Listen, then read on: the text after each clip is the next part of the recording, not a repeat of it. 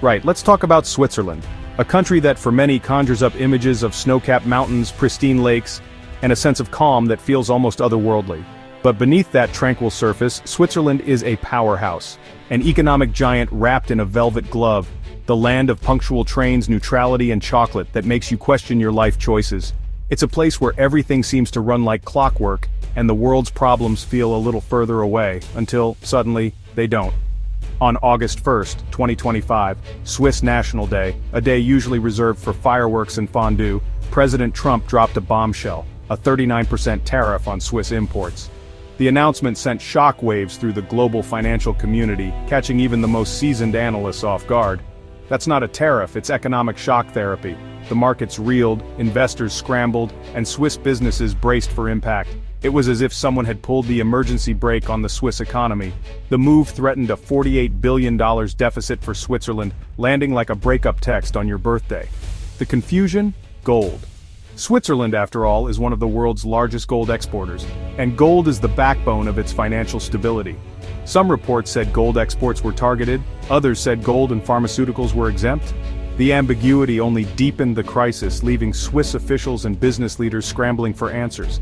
Is this a calculated strategy or just chaos? No one could tell. Theories flew, debates raged, and the world watched as Switzerland tried to make sense of the new reality. The Swiss, masters of precision, suddenly faced total unpredictability. For a nation built on certainty and order, this was uncharted territory. Their stability was shaken by a tariff tsunami, and the foundation of their prosperity was at risk. The world's most reliable economy was now on shaky ground, and everyone felt the tremors. All because of a single ambiguous threat. One announcement, and the rules of the game had changed overnight. And so, Switzerland's golden handshake, once a symbol of trust and partnership, was suddenly met with a golden fist. The world was left wondering, was this the start of a new era or just a warning shot across the Alps? This crisis didn't appear overnight. It was the result of months of mounting tension, subtle warnings, and missed signals between two nations that once prided themselves on their steady, neutral relationship. Beneath the surface, economic anxieties and political ambitions were quietly simmering, waiting for a spark. It started in April 2025 when Trump first threatened a 31% tariff. Swiss leaders were stunned. The announcement sent shockwaves through Bern as politicians scrambled to understand the sudden escalation. For decades, Switzerland had relied on its reputation as a trusted mediator and economic partner, but now, that foundation was shaking. At first, it seemed like tough talk to get Switzerland to the table. Many believed it was just another round of high-stakes negotiation, a familiar tactic in international politics. Swiss officials hoped that by engaging in dialogue, they could de-escalate the situation before it spiraled out of control. Switzerland tried to play peacemaker, hosting US-China talks in May, hoping goodwill would pay off. The world watched as Swiss diplomats worked tirelessly behind the scenes, arranging meetings and building bridges. Their efforts were praised internationally, and for a moment, it seemed like Switzerland's unique position could turn the tide. There was hope for a reasonable deal, maybe a 10% tariff. Business leaders and government officials alike clung to the possibility of compromise, believing that cooler heads would prevail. Optimism grew as both sides exchanged proposals and reassurances. But on August 1st, the real blow landed, 39%. The announcement blindsided everyone. The sudden jump from negotiation to confrontation left Swiss businesses reeling, and the government scrambling for answers. The stakes had just been raised to an unprecedented level. National Day turned from celebration to panic. What should have been a moment of unity and pride was overshadowed by fear and uncertainty. The festive atmosphere evaporated as news of the tariff dominated headlines and conversations across the country. The message from Washington, your diplomacy means nothing. The White House made it clear that no amount of negotiation or goodwill gestures would change the outcome. The Swiss government was left feeling powerless, their efforts dismissed with a single cold statement. Swiss President Karen Keller-Sutter rushed to Washington for emergency talks. She carried with her the hopes of a nation desperate for a solution, determined to find common ground and avert disaster. The world watched as she entered the halls of power, facing an uphill battle. She returned empty-handed. The tariff was set for August 7th. The disappointment was palpable. The press conference that followed was somber, with officials struggling to explain how their best efforts had failed to sway the U.S. administration. The diplomatic fondue didn't just curdle, it exploded. Years of careful relationship building and negotiation were undone in a matter of days. The chaos left diplomats and politicians alike searching for answers. As the reality of the new economic landscape set in, Switzerland was left with a mess and a ticking clock. Every hour brought new challenges, from plummeting markets to anxious citizens demanding action. The government faced mounting pressure to respond, but options were limited and time was running out. Their careful diplomacy had been bulldozed in a single press release. Decades of trust and cooperation were swept aside, replaced by uncertainty and frustration. The Swiss were forced to confront a harsh new reality, one where their influence seemed to vanish overnight. The Swiss economy now faced a countdown to disaster. Investors panicked, markets tumbled, and businesses braced for impact. The sense of urgency was overwhelming as leaders scrambled to find a way forward before the damage became irreversible. The world watched as Switzerland scrambled for options. International media covered every development, analysts debated possible outcomes, and allies offered words of support, but little concrete help. Switzerland's crisis had become a global spectacle. The clock was ticking, and the stakes couldn't be higher.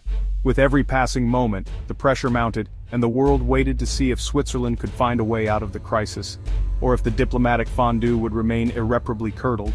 What's in the crosshairs of this eye-watering 39% tariff? The answer? A whole nation's identity, wrapped up in its most iconic exports. Pretty much every Swiss stereotype you can imagine is suddenly at risk. Cheese, chocolate, watches, and more. These aren't just products, they're symbols of Swiss precision, quality, and tradition, instantly recognized around the world. Take Swiss watches: Rolex, Patek Philippe, Swatch, names that have become shorthand for luxury and craftsmanship. For generations, these brands have set the global standard, but now, they face disaster. The US isn't just another market for Swiss watches, it's their single biggest destination, accounting for billions in exports every year. American consumers have long fueled the Swiss watch industry's success. If these tariffs go through, prices would skyrocket overnight. Swiss watches could become unaffordable for many, threatening a core industry that supports thousands of jobs and entire communities in Switzerland. But it's not just watches. The tariff net is wide. Nespresso pods, Lindt chocolate, even high-tech Swiss medical devices are all in the firing line. Everyday luxuries and life-saving equipment alike could be caught up in this trade war. The policy seems to target the very essence of Swiss quality and luxury. And then, there's gold, a commodity that's both a symbol and a pillar of Swiss trade. Here's where things get really murky. Some reports claim Swiss gold is in the crosshairs, while others insist it's exempt. The rules seem to change by the day, leaving everyone guessing. If gold is hit, it could deal a direct blow to the trade deficit, since gold is a major Swiss export to the US. If it's spared, the move looks more like a symbolic attack on luxury and prestige. The confusion is maddening. Businesses, analysts, and even government officials are left scrambling. No one knows what's really at stake or how to prepare. Is the US trying to cripple Switzerland's economy, or is this just a calculated move to punish its luxury sector and send a message to the world? The lack of clarity only deepens the crisis. Factories are slowing down, and uncertainty is spreading through boardrooms and shop floors alike. Swiss exporters are left guessing, forced to make tough decisions with incomplete information. The uncertainty is devastating, eroding confidence and threatening livelihoods. This tariff isn't just a blunt economic instrument, it's a psychological weapon shaking the foundations of Swiss industry and pride. Switzerland's economic identity, built on trust, quality, and innovation, is under siege like never before. Switzerland's reaction? Panic, not neutrality. Zurich and Geneva boardrooms saw billions wiped out overnight. Luxury giants like Richemont and Swatch took massive hits. But it wasn't just CEOs. Factory workers, chocolatiers, and watchmakers all faced job losses. The trade war became real for ordinary Swiss families. The news broke on National Day, turning pride into anger and disbelief. The government scrambled, but President Keller-Sutter's failed mission only deepened the crisis. The debate raged. Had Swiss leaders been too trusting? Switzerland's independence suddenly looked fragile. The tariff exposed how even a wealthy nation can be vulnerable. Betrayal and instability replaced the usual Swiss calm. The country's economic foundation was shaken to its core. The sense of security was gone. Swiss saw this coming and tried to prevent it. They slashed tariffs on US goods to zero, a huge olive branch. Swiss companies like Nestlé and Novartis pledged billions in US investments, creating hundreds of thousands of American jobs.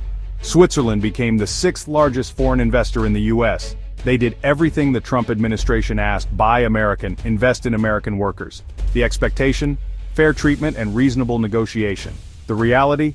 A 39% tariff and all goodwill ignored. The message, even model behavior, isn't enough.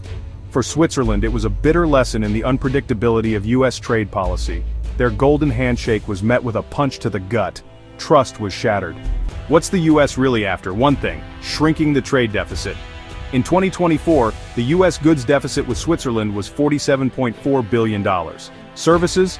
The US actually has a surplus, but that's ignored. The administration wants to hammer down the big scary number by any means. If gold is included, it's a direct hit on the deficit. If not, it's a symbolic attack on luxury. The real goal: force Switzerland into concessions and warn other nations. The US is making an example of Switzerland. The message: no one is safe from America. First, tariffs. The sledgehammer approach leaves little room for nuance. Switzerland isn't helpless, but its options are grim. Retaliatory tariffs? Risky. Switzerland can't win a trade war with the US. They could threaten to pull billions in US investments or cancel F-35 jet orders. That would sting politically, but risks escalating the conflict.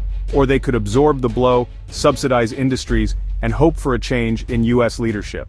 None of these choices are good. Each path is either risky, costly, or painfully slow. Switzerland is caught between confrontation and decline. Their famed neutrality offers little protection now. The nation faces a lose-lose dilemma. The world is watching to see which path they choose. As August 7th approaches, Switzerland faces a crisis of uncertainty. The chance for a last-minute deal looks slim. If tariffs hit, prices for Swiss goods in the US will soar, demand will collapse, and jobs will vanish. The pain will be immediate and deep. Will Switzerland retaliate or wait out the storm?